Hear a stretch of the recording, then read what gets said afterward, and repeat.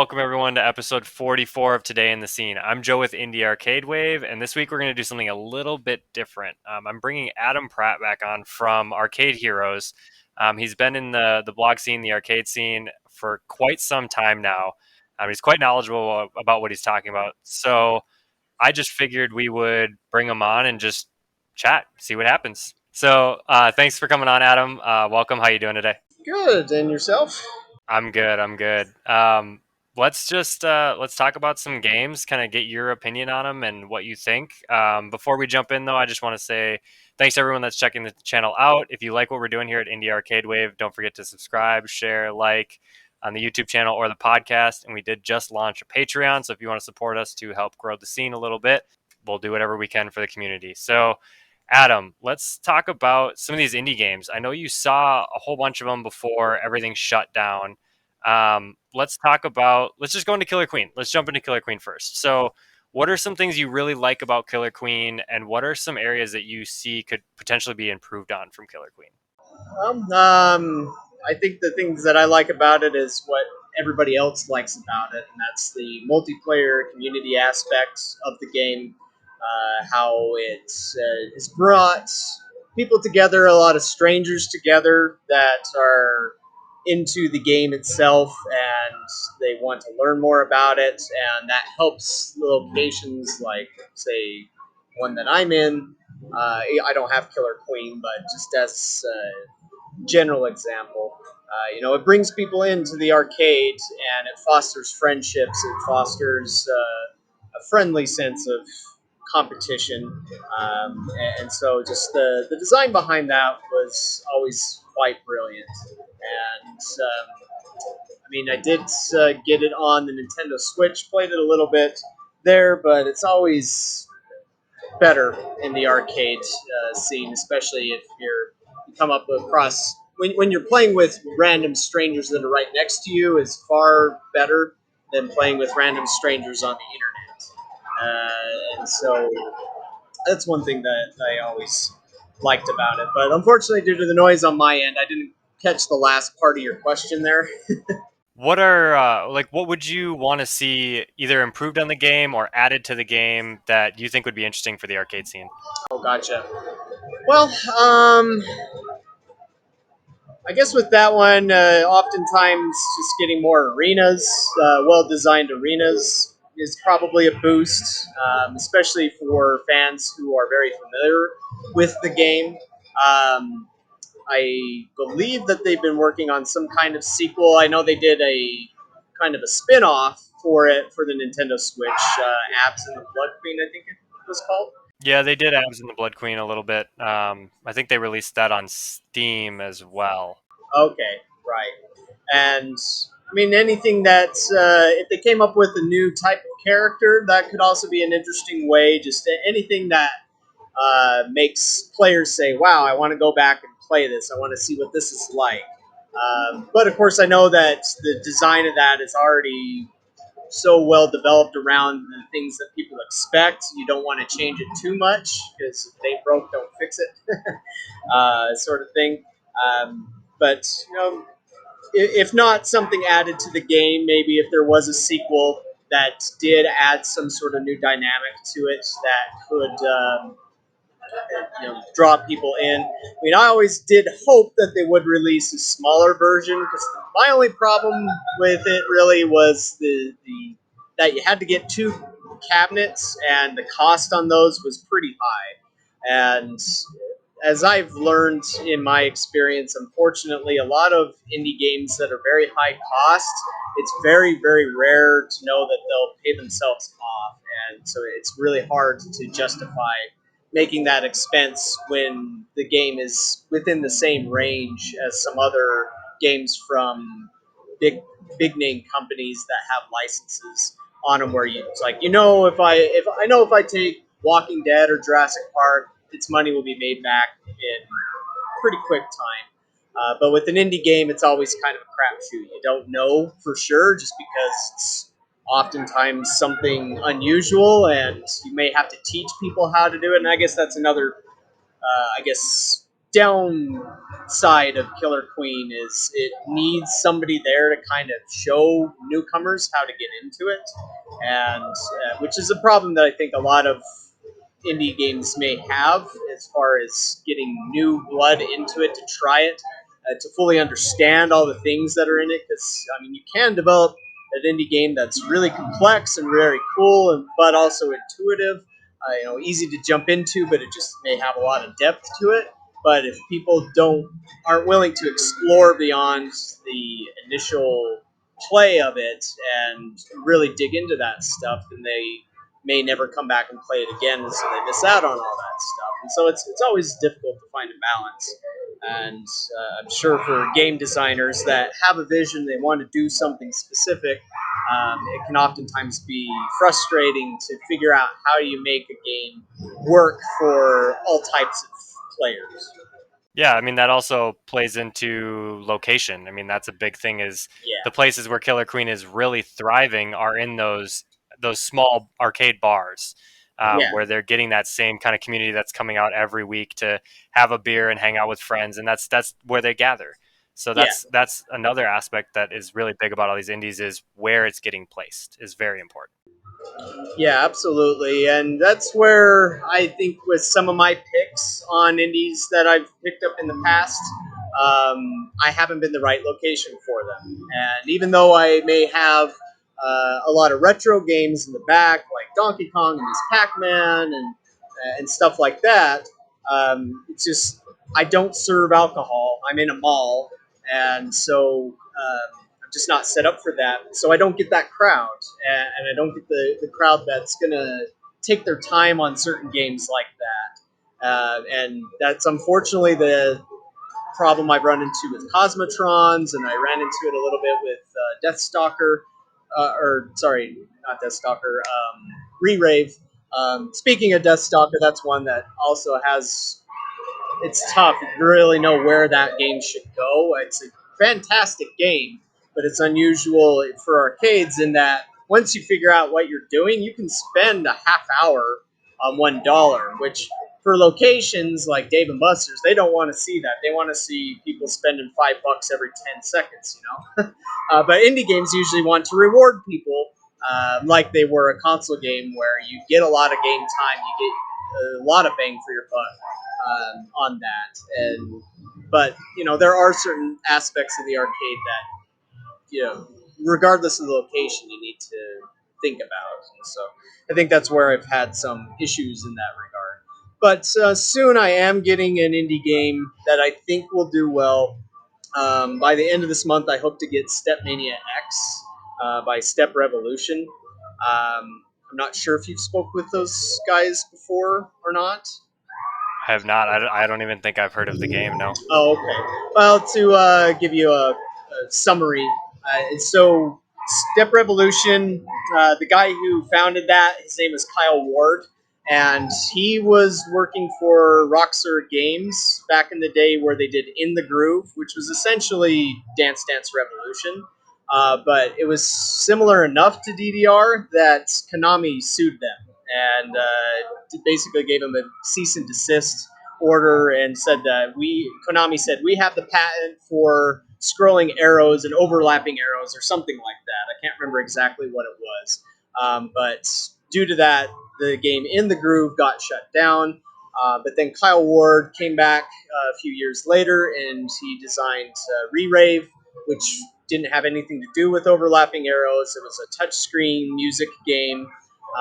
But then his company released Stepmania X not long ago. I think 2 years ago at this point, maybe three.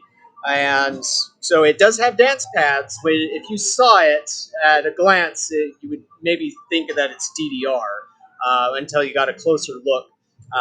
And he actually went to Konami and talked with them and made sure that this new design it has arrows that float up from the bottom of the screen to the top, but it doesn't overlap anything, so it doesn't violate any Konami patent. So he did something slightly different, just different enough to avoid any lawsuit, legal hassles. But it's a brand new dancing game, and for an arcade operator like me, I can't get my hands on DVR, not unless I want to spend an absurd, obscene amount of money. That just doesn't make sense. And so there is Pump It Up out there, but it is a little bit pricey. With Step Mania X, it's a fantastically designed game, very intuitive. It has a bunch of health tracking options, like it tracks how many calories you burn. I think they're finding a way to integrate it with your phone or maybe Fitbit. I can't recall on that. But it has brand new songs that they're releasing every month for free as well, and soon they'll hit about 300 songs. And so, at one of my arcade locations, we've had a lot of people asking for a DDR, but on one hand, it's like, yeah, I could find a DDR, but it's really tough. It's always hit and miss with those because oftentimes they're very beat up and they may have a lot of different technical problems. Uh, and so I look at brand new stuff. It's like Stepmania X is a very good price for what you would get in that realm of game. It's a few $1,000s below Pump It Up and several $1,000s below DDR. And so, in that regard, it's like, I want to support an indie company on this, and then it's also a game that I know people will play. A lot of people will just see it and they'll think DDR, even though it's not, but they'll know what to do. And so, in that regard, I think my location will be good for that one. Yeah, I mean, it definitely seems like it would be a good spot, good thing for your location. And I think that's a great idea to bring something in like that. Because I mean, DDR, I always go to DDR and Pump It Up. Like those are the ones that I always want to play because I played them a lot as a kid. Yeah, Um, I guess some of the other indie games that we could talk about. Let's look at like things that you like or things that you would like to see added to the game for like Death Ball or Galactic Battleground or Switch and Shoot, any of those kind of games. right. Well, and I love those games because I've always been a shoot 'em up fan at heart. That's one of my favorite genres. Well, I guess Death Ball is different in that regard. Unfortunately, I haven't been able to play Death Ball, and so it's hard for me to say what else it could use. But Galactic Battleground, I think it changed a little bit from when I played it at Amusement Expo 2019, although I don't know how much it might have changed. Yeah, just a couple small changes since the last time. I think it was just maps and power ups. Otherwise, it should be pretty much the same game. And then single player, it is done. We are planning on reworking it. Not sure if that's going to be in the digital release that we have or if that's going to be in the cabinet. We're still determining that. Okay, gotcha. I mean, will to ask you, have you done any testing to see if there is interest for single player out there on the cabinet one, or do you think it's better to just keep it multiplayer and incentivize people to go and play at least two at a time, if not four? We have a single player on there that is playable, and it's kind of like a 10 level high score based kind of thing, Okay. where you go in and you clear 10 levels. There are a couple bosses in there, and once you defeat the final boss, you basically get the high score, and that's kind of how it's ranked. But Mhm. we wanted to have a little more depth in it, so we're reworking it. But it is available now. People have liked it quite a bit, but it's not like the shining star of the game. That's definitely going to Sure. be the two versus two. Sure. Yeah. And I know that'll always be the thing there. I can't remember. Did you have anything like different ships, or was it just different color ships? Yeah, we have different colored ships basically. So Team Beta and Team Gamma have different skins, so you have a couple different options. Hmm. But we will probably be adding more ships to that once everything calms down and we start moving cabinets back out. And we have finished our four-player cocktail as well. That's similar to that Pac-Man cabinet that everybody's Oh been yeah, absolutely loving. So yeah. there's three different models now. That's cool. That's cool. Yeah, and I think I remember talking to you about that a long time ago on the four-player cocktail cabinet. Yep, in Vegas. I think you were one of the people that recommended it. Right, right. Yeah, it's. I mean, in my, I do have a battle royale here in my location, and it's 10 years old at this point, I think, and actually this month I got it 10 years ago this month. But it still makes about the same that it did 10 years ago, which is crazy. Now, granted, it's Pac-Man. Pac-Man's always going to have legs. I think if Namco were smart, they would release a sequel or an update to that. I don't know why they haven't really done anything. Although I did hear a rumor that they might be doing something along those lines again, but I don't know. Never know with rumors. But yeah, that could be that would be the main thing I would think for a game like Galactic Battleground is something like that, and maybe even other indie games. Any of the multiplayer indie games, cocktail cabinets haven't really been done much by anybody. The one that you guys had at Amusement Expo, I think, was the two-player one. That was the first time I had seen Yep. anything like that in years, and there's still places out there that could benefit from something like that. Whether it's restaurants that like having It's also a games. really affordable option too. Right, yeah, yeah, which is a big deal, and I think that should be a bigger deal now. I have been kind of shocked that a lot of the major manufacturers, so far, it doesn't seem like they've paid much attention to pricing. As Raw Thrills just released their King Kong VR game, which is over $30,000. Sega just released their Mission Impossible game, which is also over $30,000. And it's like for who's left, it like right now, what I'm looking at buying, I do not want to spend above $10,000 on something new. And there's lots of people that before the pandemic they didn't want to spend that much money over that. But it's like all the major manufacturers, all they want to do is make places like Dave and Buster's happy, which I get that. If you can convince Dave and Buster's to buy one of your machines or two of your machines for every single one of their locations, then you're golden. And so I don't fault them for that.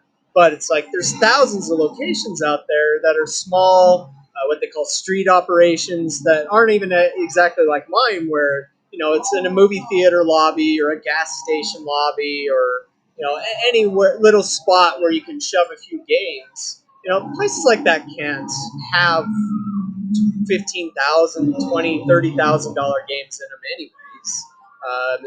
And that's usually just a few $1,000s. But because there just hasn't been much of a selection in that range for the past couple of decades, that's why you usually only see like claw machines and bulk vending machines and stuff like that, and maybe the occasional upright video game. But yeah, so I think you guys are in a good spot to be price competitive, which is good.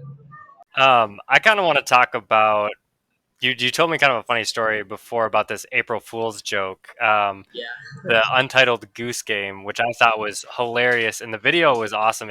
I genuinely wanted to play it. I knew it was a joke. Unfortunately, it's a joke. But tell me a little bit more about this story and how that all came together. So I'm very fortunate. I mean, Arcade Heroes has been around now for 14 years, and so I've had a lot of loyal readers that will send me tips or just comment on stories. And so a few months ago, I had a loyal reader who had actually submitted a couple of things in the past for April Fools. He goes by JDebbie online. He's on Twitter, and I know he interacts with people. But he's often given me tips when he catches something on location tests, and he has the most eagle eyes I have ever come across in anybody. I think I remember the time that I was most astounded by his skill was he found some picture on Instagram of a reflection of a new game, a Ghostbusters game. It was in the reflection of some other game, but he's like, "Hey, there's this Ghostbusters game on tests." I was like, "That's crazy. How did you notice that on Instagram?" But anyways, he had submitted Super Smash Brothers Arcade a few years ago. He did Doom Arcade last year, and then this year, a few months ago, he sent me this image of Untitled Goose Game, and and I actually did have a couple of other people send me stuff that they wanted to go on the site, but it was like, I think this one is the best. out of what everybody had sent, and he just sent me an image, and that's usually what he does. He just sends an image. Um, in the past, I might have had to do a little bit of touching up here and there myself, but this one, I just took that image and I came up with the post myself, all the text around it, found that video. Um, as that video was actually by House to develop the game. But it's like, yeah, this would be a perfect game, and I would be amazed if nobody touches that for arcades in the future. Just because it seems like it would, as long as you adapt it and make it so that it's a fairly quick game. I haven't played Untitled Goose Game myself, so I don't know how in depth it gets. But yeah, that would definitely be a perfect one. But I have to tip my hat to J. Debbie for that, and appreciate the laugh that he gave me first before I was able to make everybody else enjoy it. Yeah, that was definitely a good one. I watched the video and thought it was pretty funny when they were I think it was they were like chasing the farmer around and they stole his hat or Right. whatever they did. I'll throw a video up so that people can watch it. But I guess another question that I would have for you as an arcade owner, what kind of advice would you give to indie developers that are going into arcade cabinets? What advice would you give them to get into a location like yours? What would you say is like the best way to reach out? What would be some big points that would be important to you? Statistics they can maybe provide, things like that. Sure. Well, for the most part, as long as you show up in person and you're able to contact the owner or approach the owner, then it shouldn't be too difficult to be able to say, "Hey, look, I got this game. I think it would be great. I'd love to test it out here." Most owners would probably want to keep any of the earnings that it would make. And you would just want to be able to talk with them and set up something so that you can figure out how much money it's making every week and make sure that the employees or the owner report back any issues or any other problems that they have because I mean a typical arcade location test is going to have the development team will generally spend a few days at least observing people and watching them play just from uh, a ways away and not interact with the customers just to get the raw, visceral, I guess you could call it, reactions from people and see what it is that may need some tweaking. Um, and any way that you can do that, like if you're not able to spend a lot of time at a location, if you can build a good enough friendship or relationship with the people at the location so that they can report back to you, that can be a massive, massive help. Of course, you might be able to program some kind of I don't know, debugging would be the right word for it, but something that can tell you maybe kind of bookkeeping to tell you, you know, when it is that people stop playing, how long the average play is, things of that nature, which can help you determine as to whether or not people are playing again, continuing, or if they're walking away before their first credit is even out. That's always the thing that no developer wants to see.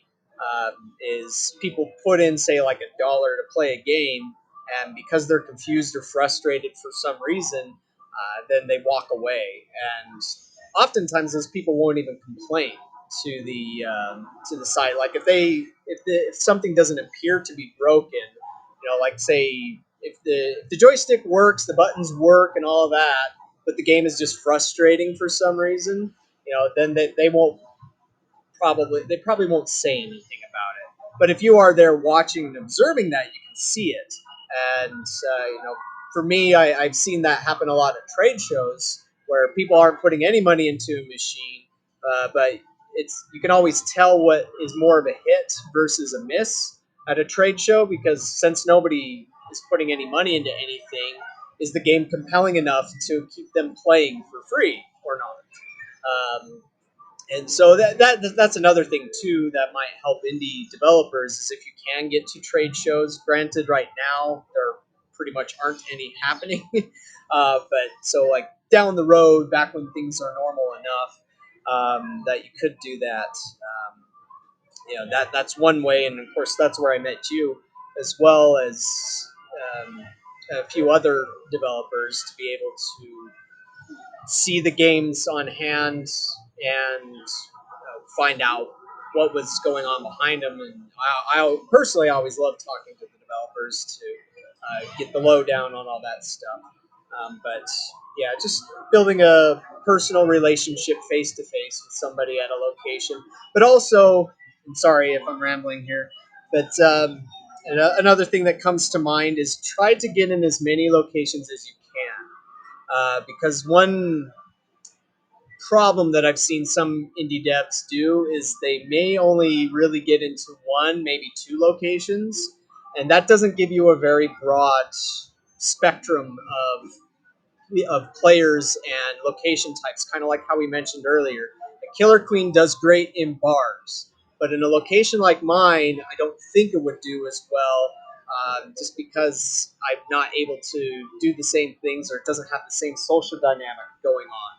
And so you want to, if you can, get in as to many different locations as possible and test for a few weeks if you can. 6 weeks tends to be the most common range, but I mean, yeah, if you can get into a Dave and Buster's, that's awesome. But otherwise, getting into a bar arcade, getting into a retro arcade, um, or even a street location where there's nobody around, and just see how it holds up. That's probably the best way to test your hardware. Is putting it onto an unmanned location, because people are brutal and they will beat the snot out of machines, especially if they know that nobody's around. And so sometimes you may think that your design works, but you put it out there and you can discover some things pretty quickly that may not be as tough or durable as you had hoped. Yeah, I mean, those are all really good points, and they're definitely very important for anybody that's looking to get into arcades. And I like your point about testing. It is smart to test in a lot of different places in arcades or arcade bars that are in different kind of demographics, so you have an idea of, will it do well in a standard arcade? Will it do well in an arcade bar? Like, what am I looking for? Who is my target audience really? Right. And that's a good way to really figure out the game, because it's different if you just release an indie on Steam and it's just like anybody that likes this play it. Yeah. You don't get that when you put it on site. Yeah, exactly. It's such a different dynamic. I mean, it would be great if you could get some of the stats off of Steam, because there are wish lists that developers can look at, and you can kind of compare it to other games and things of that nature. But the thing that I've always read about developers doing location tests, like a lot of the ex Midway guys talk a lot about, like, when they put Mortal Kombat out on tests and they watch people play it, or NBA Jam, and that's really satisfying, I would think, as to be a developer and to see people reacting positively to your game. Now, of course, there is always the danger of the flip side and seeing people have negative reactions, but still, that's something that you can learn from, and it's important to be able to adapt to your game and to be able to change things. I mean, sometimes that can be tough if it's a feature that you really, really invested a lot of time and money into and thought into. Um, but if it's not working for a lot of people, then it has to change, as long as you're going into the arcade environment. But it really is invaluable. And then on the side that a lot of people like me look at, probably more so than anything else. Now, I do look at this, but I don't give it as much weight as most operators do, because I also look at things from a gamer perspective, as well as a blogging perspective. But that's how much money does it make. So what that is how much revenue does the game make per week, and how long will it take for the game to, on average, pay itself off? And if you do a lot of testing at different sites, that allows you to say, well, in a bar arcade environment, it would take maybe 18 weeks to pay itself off, and in an FEC environment, 24 weeks, and in a retro arcade environment, 36 weeks. But if you can go to an operator with numbers like that, positive numbers, then that can help them say, "Hey, I want to buy this because I know it'll have itself paid off in this many weeks."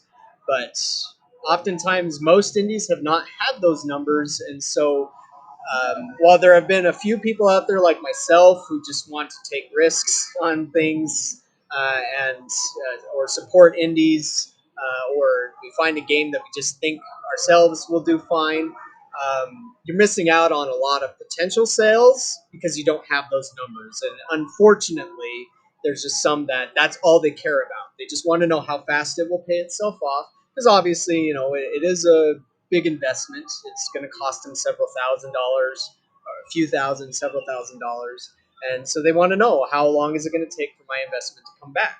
And of course, if it's going to take a few years to come back, then they may say, "Well, I'm not interested." And so that's of course why testing is also key to find ways to improve its revenues, so that it is the game that you want, but also a game that will make operators happy. And so that's the weirdest thing about the arcade industry that a lot of like console gamers just don't understand, or writers, journalists on that side. It's just that the first customer for an arcade developer is the operator, because if you can't convince an operator to buy your game, then none of the players are going to ever be able to see it. And so it does unfortunately create a kind of a gatekeeper sort of atmosphere. And I know there's some people, some gamers out there that don't like people like me, because of that. But at the same time, too, it's like if you make a game that earns really well, that means you're making the players happy too. And so that's where it really benefits everybody. Yeah, I mean, I think that's a perfect way to phrase it. Is it really does, like, you got to know when the money comes back, as well as that's the biggest struggle as someone marketing these games is, Yeah. are the operators going to be interested if it takes a little bit longer to make its money back? And sometimes with these games, it's, are the operators or the arcade owners going to put in effort to show off this game? Because that's how Killer Queen really is Right. huge. Is they hold weekly tournaments and they have events and they do national tournaments and there's a big scene around it. And Yes. there are people in the community that go to these arcade bars that don't work for them, aren't affiliated with them, but love the community and they help set these events up. So that's huge. It's hard to get into these places unless you have something similar to that. Yeah, exactly. And sorry, I'm just shutting down my arcade here, which will help me hear a little better too. But all my customers are gone at this point, so might as well. But yeah, it can be a tough thing just because it's not the way you think when you're developing console games. But if you can nail that down and nail the gameplay down, specifically making the game work for an environment like the one that I'm in, then yeah, you'll have success, and then you can also get that benefit. I mean, obviously, the Killer Queen phenomenon is difficult to reproduce. Everybody wants to, but it's tough to build a game that gets people so excited that they're going to teach other people how to do it. Because unfortunately, you can't rely on people like me, like the arcade operator, to be able to do that. Because usually, we just have employees, and or we might not even have anybody around. It might be an unmanned location, and so it's how do you achieve that lightning strike that Killer Queen did with um, getting that community behind it. I'm not 100% sure, but that's still a good thing to aim for, and I think it comes back to testing your game out and um, going out yourself on those location tests, and there is a time to observe without talking or interacting with the players, but there also can be a lot of benefit from talking to players and saying, okay, so what did you like about this? What didn't you like about it? And then you can find ways to have the game uh, offer service to the player to help them understand those things that may not be said or may need a little bit of explanation. But there's always ways to convey information to the player so that they'll want more. Right. Yeah, I totally agree with that. I mean, I guess that's kind of everything I had for you this week. I'm sure we'll do this again. I always love talking to you because you do know so much about the arcade scene. Um, I guess any final thoughts from you, as well as any social media links so that people can check out your arcade or your website. Sure, sure. So I guess some final thoughts. I mean, yeah, right now it is still a little bit of a lull. Just with the pandemic, it's obviously causing a lot of pauses to continue. It's hard to say when things will pick up. One thing that we talked a little bit about last time, and I was actually getting some messages from the company right when we started, and that's Exa-Arcadia. I know they were going to have a lot of stuff coming along, but where they're based in Japan and the pandemic's continued to be pretty serious over there. They've just put a pause on everything. But from the information that I just saw right before this, is it looks like they're getting very close to rolling out some things and doing some new game announcements too. But they've actually been testing in Dave and Buster's, and one thing they just told me was that the with the fighting game that they have, the Kung Fu versus Karate Champ, um, it is showing that it recoup its cost within 18 weeks, like the cabinet plus the game and everything. And so they're prepping some other stuff soon. But that's a good number that they threw out to me because they know I'm an operator as well. But that's the sort of stuff that you want to get. But and hopefully with the Exa platform, if they're gonna, it's I believe they're gonna start ramping things up again soon. That could be a platform that an indie developer may be interested in checking out. I mean, obviously, they do want to vet the games and make sure that the games are appropriate for the arcade business. I know they've passed up on some before, but if you can get your game onto that system, that means that you don't have to worry about the hardware.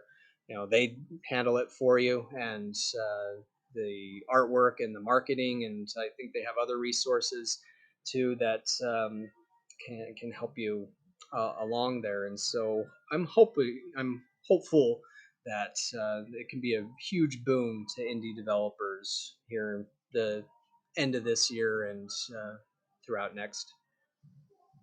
But I guess to throw out my social media stuff, so the website's arcadeheroes.com, and on Facebook, Twitter, MeWe, and YouTube, it's all Arcade Heroes on there as well. And I've just steadily been growing on those. But if you haven't already, please follow on there, and I'll try and make it worth your while for that like. Awesome. Well, thanks for coming on again, Adam. You're I welcome. really enjoyed talking. It's always fun to hear what's new with you, as well as your opinion on some of these games as an operator and a journalist. It's a really unique perspective. And for Thanks. anybody that's listening, definitely check out his stuff. He's got articles coming out all the time. I always check them out to see kind of what's new in the arcade scene. It's just arcade scene in general, so it's pretty much anything that he feels like covering is covered. But if you guys like what we're doing here at Indie Arcade Wave, don't forget to subscribe, share, like, and check us out on social medias. But until next time, peace.